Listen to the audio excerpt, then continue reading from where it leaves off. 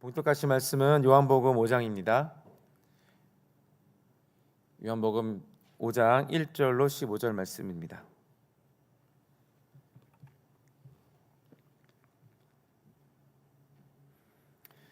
저와 같이 교독하시겠습니다. 제가 먼저 1절 그리고 다 같이 2절 교독하는 방식으로 15절까지 읽도록 하겠습니다. 그 후에 유대인의 명절이 되어 예수께서 예루살렘에 올라가시니라.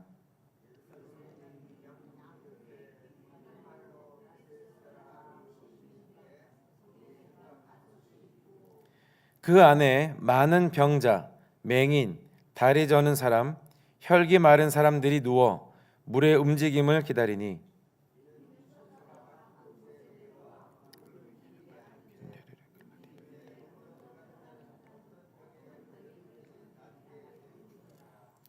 거기 38해 된 병자가 있더라.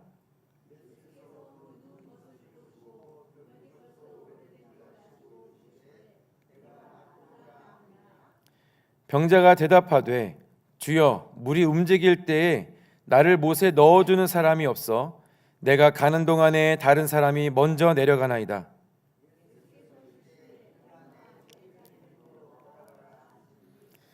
그 사람이 곧 나아서 자리를 들고 걸어가니라. 이 날은 안식일이니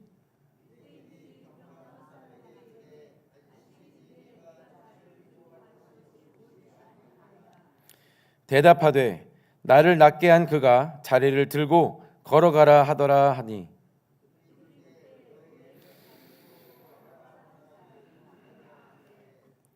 고침을 받은 사람은 그가 누구인지 알지 못하니 이는 거기 사람이 많으므로 예수께서 이미 피하셨음이라.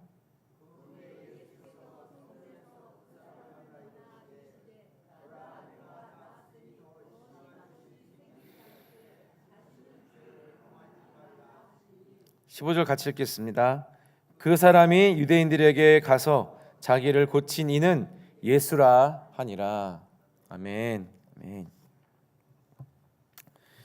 자, 예수님께서 요한복음의 여정을 따라서 먼저 사마리아 수가라는 동네에 머무르시면서 예배에 대한 그 진리를 정수를 한 여인을 만나 가르치십니다.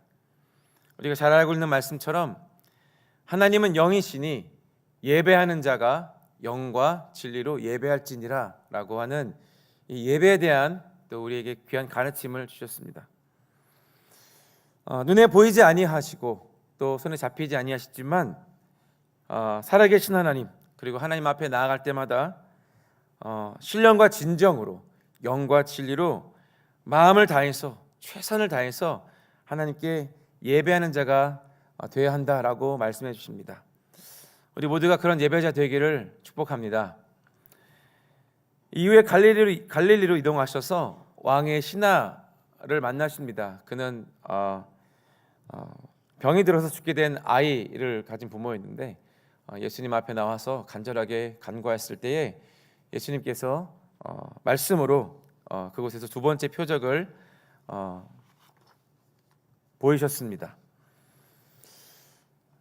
오늘 읽은 우리의 본문의 말씀을 보면은 유대인들이 의무적으로 또 지켜야 했던 절기, 유월절, 초막절, 오순절 가운데 하나였을 유대인의 명절에 예수님께서 이 명절 이 절기에 참여하시기 위해서 예루살렘으로 이동하셨습니다.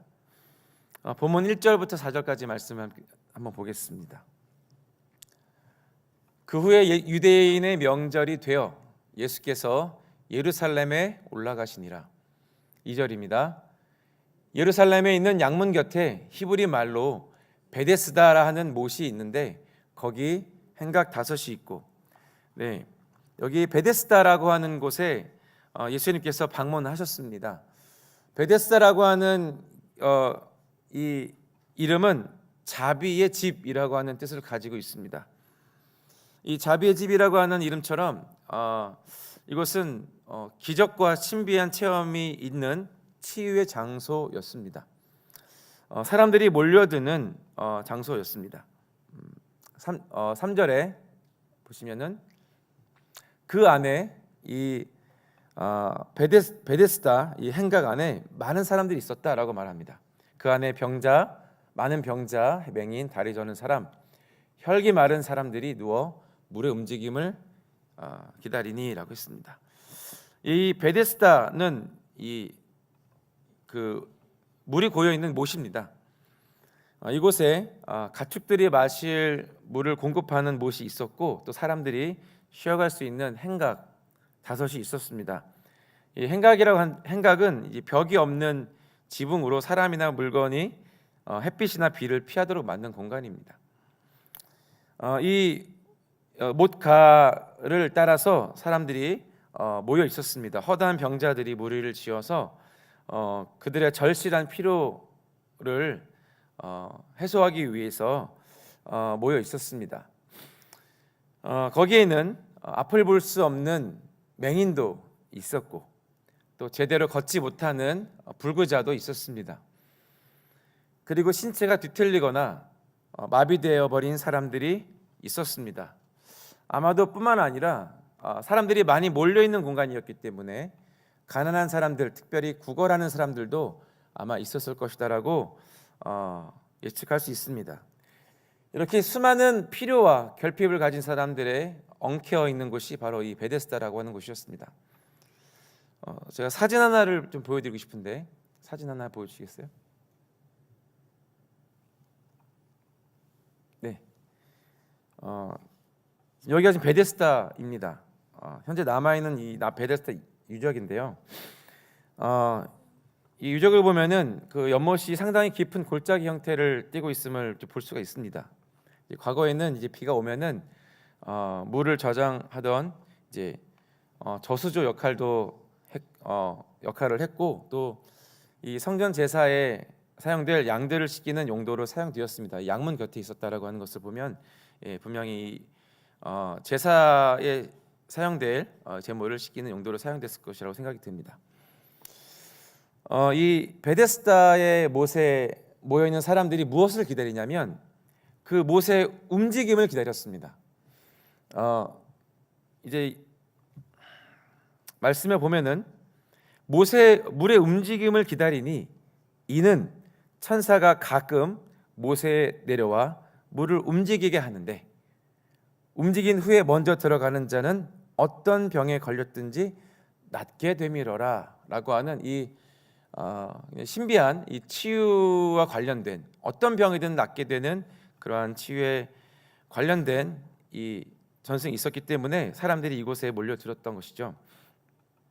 그러나 많은 사람들이 그 은혜의 자리에 있었지만 애석하게도 모두가 변화되는 것은 치유되는 것은 아니었습니다. 바로 우리가 예수님께서 오늘 만나시는 그 사람이 바로 그러한 사람이었죠. 5절의 말씀, 본문의 5절의 말씀, 거기 38해 된 병자가 있더라. 어떤 질병을 이제 우리가 앓고 있을 때 한 해, 두 해 이렇게 질병 치료하는 것이 그것도 쉽지 않지만 그러나 이것이 만성이 되어서 38해 거의 40년 가까이 그 질병을 지니고 있다라고 하는 것은 굉장히 괴로운 일이고 또 여러 가지의 어떤 사연과 또 말하지 못할 여러 가지 어려움들을 담고 있는 그런 구절이라고 생각이 됩니다. 예수님께서 그 사마리아 지역을 일부러 지나가시고 또 수가라고 하는 그 지역에 야곱의 우물가에 고의적으로 의도적으로 그곳을 지나가시고 한 여인을 만나기 위해서 방문하셨던 것처럼 주님께서 이 38년 38해 된 아주 오랫동안 신체 마비나 어떤 절름발이로 살았을 이 한 병자를 만나기 위해서 방문하셨습니다. 주님께서는 그곳에 누워있는 그 사람을 보시자마자 그가 얼마나 절박한 상태로 있었는지를 아셨습니다. 그리고 그는 자신을 도와줄 가족도 친구도 세상에서 완전히 홀로 된 사람이라는 것을 알고 계셨습니다. 자, 다시 5절부터 제가 읽어보면은 거기 38해 된 병자가 있더라. 6절입니다. 예수께서 그 누운 것을 보시고 병이 벌써 오래된 줄 아시고 이르시되 내가 낫고자 하느냐. 병자가 대답하되 주여, 물이 움직일 때에 나를 못에 넣어주는 사람이 없어 내가 가는 동안에 다른 사람이 먼저 내려가나이다. 예수께서 이르시되 일어나 네 자리를 들고 걸어가라 하시니 라고 말씀하십니다. 예수님께서는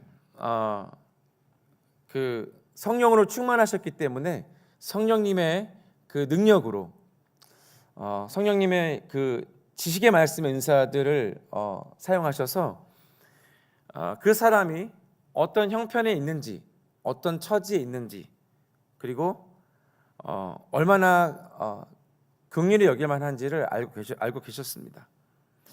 그 마음으로, 그 불쌍히 여기는 마음으로 주님께서 그 사람에게 다가가셨던 것처럼 뿐만 아니라 저희들에게도, 우리들에게도 주님께서 우리의 삶을 아시고 우리가 이런 어떤 38의 어떤 육체적인 질병을 가진 것처럼 우리의 삶의 여러 가지 애환이라든지 어려움이라든지 그러한 우리 안타까움들을 주님께서는 결코 모르시는 분이 아니시라고 하는 것입니다. 주님께서는 우리를 긍휼히 여기시고 우리에게 가까이 나오시고 또 도움을 베푸시는 주님은 좋으신 분이십니다. 로마서 8장에 보면은 우리가 확인할 수 있습니다. 함께 좀 읽어볼까요? 35절입니다. 누가 우리를 그리스도의 사랑에서 끊으리요? 환난이나 곤고나 박해나 기근이나 적신이나 위험이나 칼이랴. 로마서 이 8장 35절 그 후반절 계속 되어진 구절을 보면은 그 주님의 사랑이 주님의 사랑에서 우리를 끊을 수 있는 것이 아무것도 없다라고 선언하고 있습니다.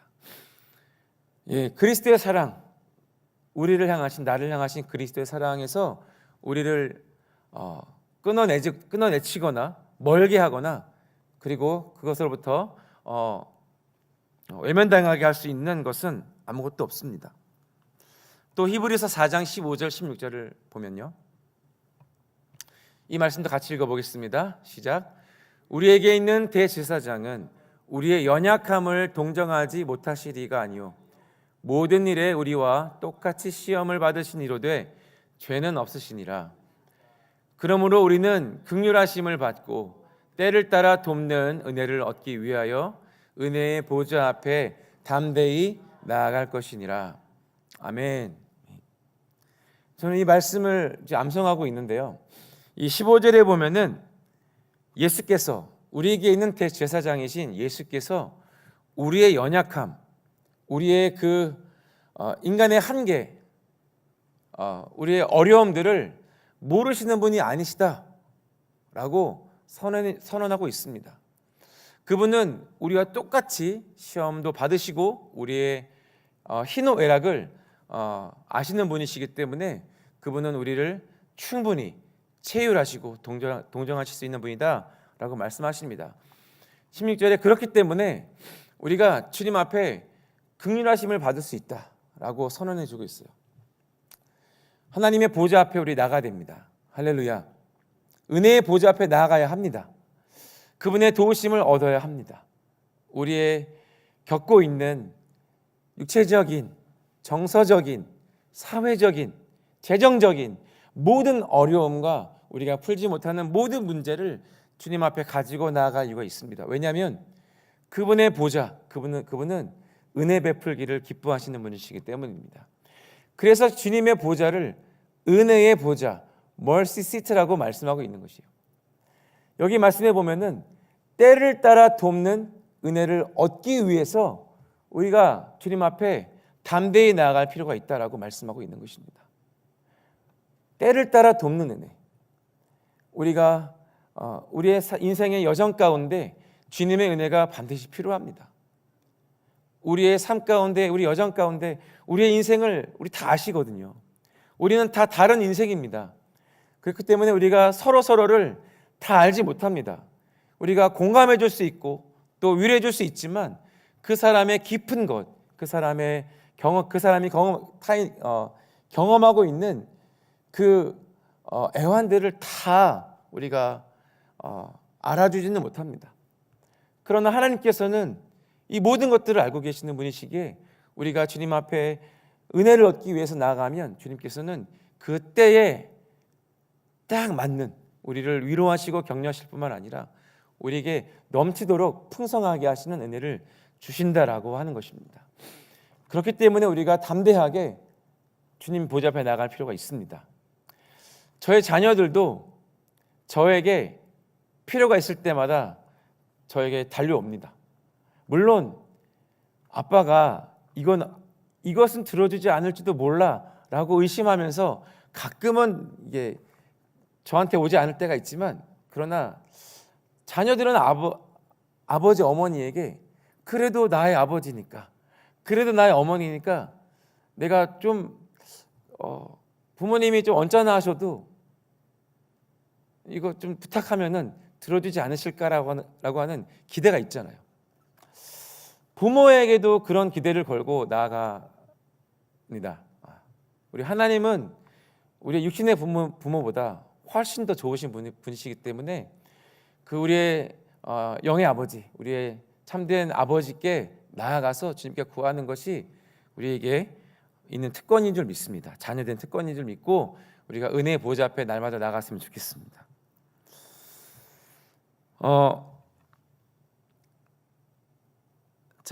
그 본문의 말씀에 이 예수님께서 그 누운 것을 보시고 6절에 벌써 병이 오래된 줄 아시고 먼저 그에게 다가가셔서 말씀하십니다. 이렇게 물어보시죠.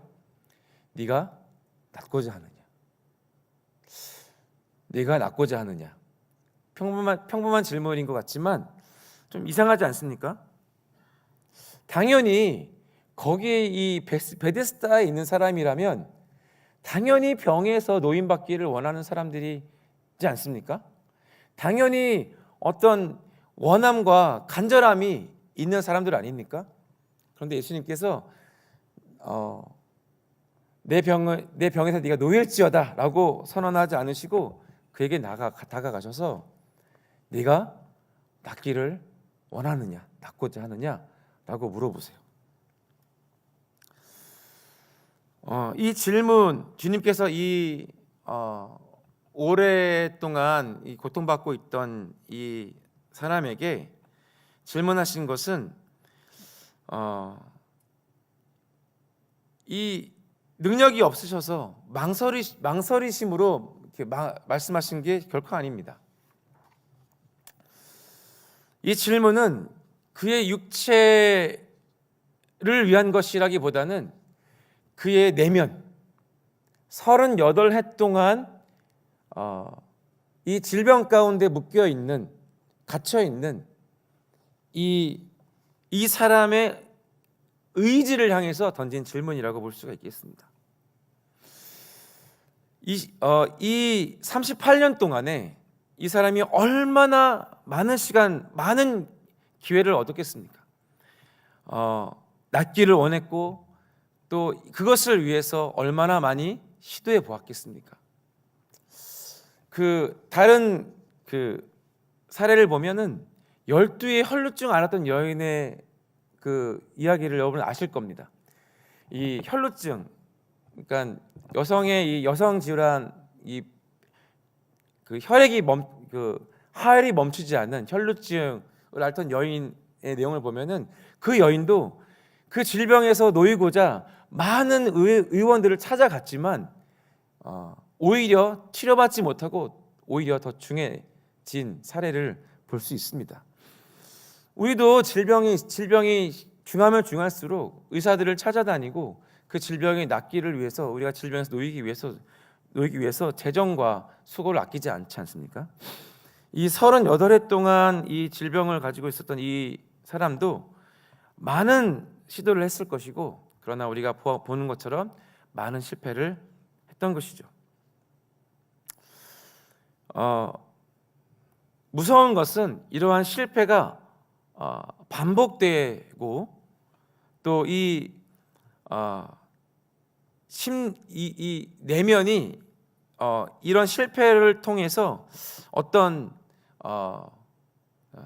안타까운 방향성을 가지고 내면이 굳어진다. 내면이 이제 마음이 그렇게 어려워지는 상황들을 보게 됩니다. 고통이 괴롭지만 이제 이 시간이 계속 익숙해지면 고통도 익숙해집니다. 그래서 때로는 치유보다 이런 익숙한 절망이라고 해야 될까요? 이런 것들에 더 안정감을 느끼게 됩니다. 변화를 원하지만 그 변화가 두려운 상태가 될 수도 있어요. 분명히 낫고 싶다고 얘기하지만 그러나 그 낫지 않은 그의 상태로 그냥 있고 싶은, 그냥 적응된 상태로 있고 싶어하는 그러한 마음이 사실 인간의 마음 가운데 있다라고 하는 것입니다. 그 학습된 무기력이라는 말이 있습니다. 너무나 많은 실패를 하게 되면요, 그 가능성 자체를 이제 잊어버리게 됩니다. 실제로 어떤 가능성이 생겨도 어차피 안 될 거야 라고 하는 신념 때문에 시도 자체를 하지 않는 그러한 내면의 무기력이 있을 수 있다라고 하는 것입니다. 병든 상태이기 때문에 많은 책임에서 벗어날 수도 있고 또 기대를 받지 않아도 되고 또 실패해도 변명할 수 있는 그러한 변명거리가 있는, 경쟁하지 않아도 되는 그러한 상태. 분명 병은 고통이지만 동시에 자신을 보호해주는 방패가 되기도 할지 모르겠습니다. 치유받으면 기쁘지만 동시에 그가 오랫동안 이 질병 상태에 있던 이 자신의 정체성이 또 붕괴되는 그러한 혼란을 겪게 되는 것도 의미하기도 합니다. 그렇기 때문에 이 38년 된 병자의 대답은 네 주님, 제가 낫고자 합니다 라고 말하지 않았어요. 대신 자신의 상황을 이야기할 뿐이었습니다. 내게는 나를 옮겨줄 사람이 없습니다. 나에게는 기회가 없습니다. 언제나 나는 그 치유의 기회가 올 때 나는 항상 그 기회를 잡지 못했습니다 라고 이야기하고 있습니다. 물론 그의 말에는 거짓말은 아니었지만 그러나 믿음도 없는 말이었죠. 설명은 정확했지만 자신이 낫고자 하는, 나을 것이다 라고 하는 그러한 신뢰는 부족했습니다. 예수님께서 이 오랫동안 질병을 앓고 있던 사람, 이 병자에게 먼저 치유하고 싶었던 주님의 마음은 오랜 기간 동안 죽어있던 그의 속사람이었습니다.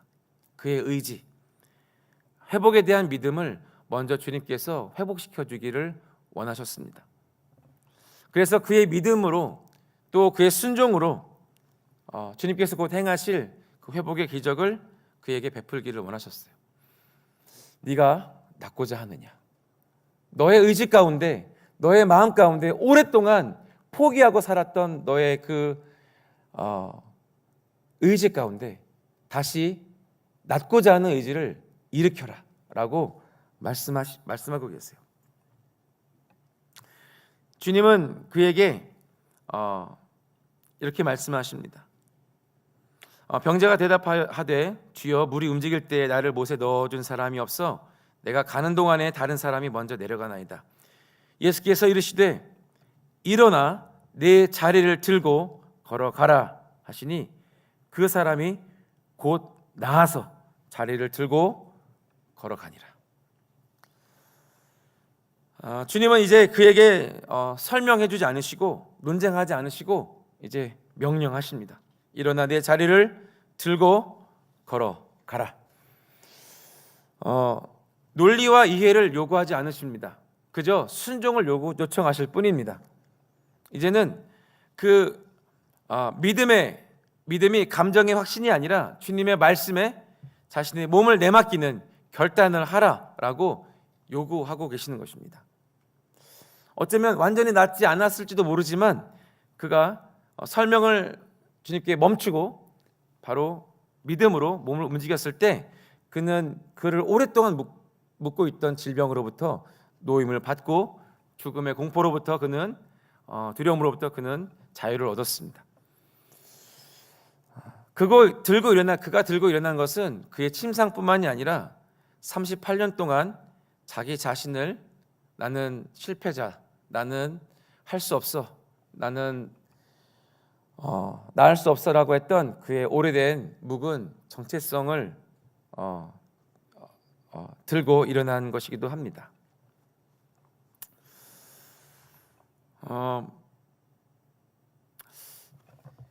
이와 같은 일들이 때로는 우리 가운데 있는 것 같습니다.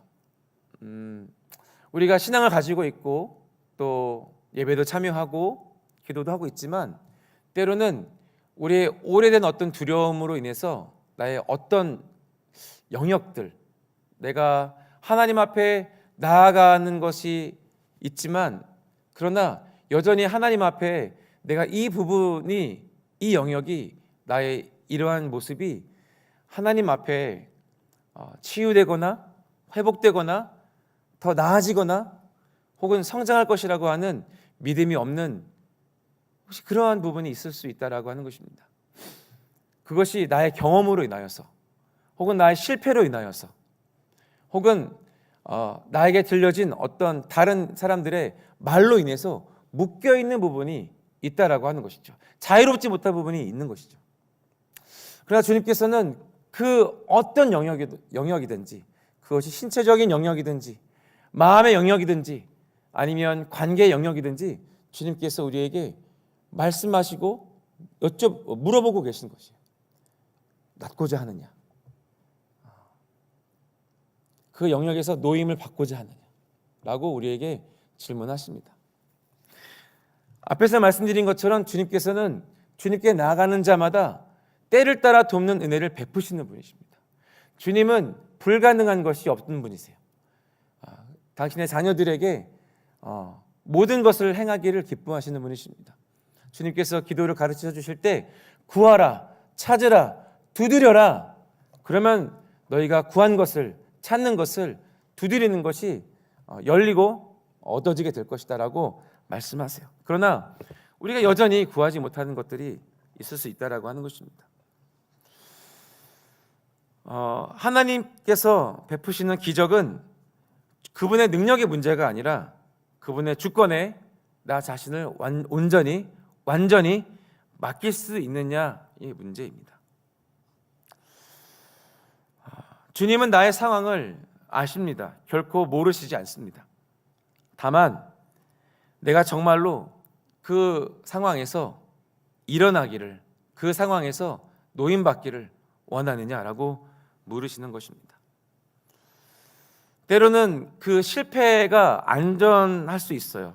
이 사람처럼 그냥 지금 있는 상태가 내 지금 그냥 이 인생이 그냥 편하고 좋을 수 있습니다만 그러나 주님께서는 계속해서 우리에게 그 익숙함을 벗어던지고 주님 앞에 빛으로 또 성장함으로 또 주님께서 자유를 주시겠다라고 말씀하고 계시는 것입니다. 마무리를 좀 짓도록 하겠습니다. 요한복음 11장에 우리가 잘 알고 있는 그 나사로의 죽음과 나사로의 무덤을 우리는 잘 알고 있습니다. 제가 좀 읽어보겠습니다. 예수께서 이르시되 내 말이 내가 믿으면 하나님의 영광을 보리라 하지 아니하였느냐 하시니 돌을 옮겨 놓으니 예수께서 눈을 들어 우러러 보시고 이르시되 아버지여 내 말을 들으신 것을 감사하나이다. 항상 내 말을 들으시는 줄을 내가 알았나이다. 그러나 이 말씀하옵는 것은 둘러선 무리를 위함이니 곧 아버지께서 나를 보내신 것을 그들로 믿게 하려 함이니이다. 이 말씀을 하시고 큰 소리로 나사로야 나오라 부르시니 죽은 자가 수족을 베고 동인 채로 나오는데 그 얼굴은 수건에 쌓였더라.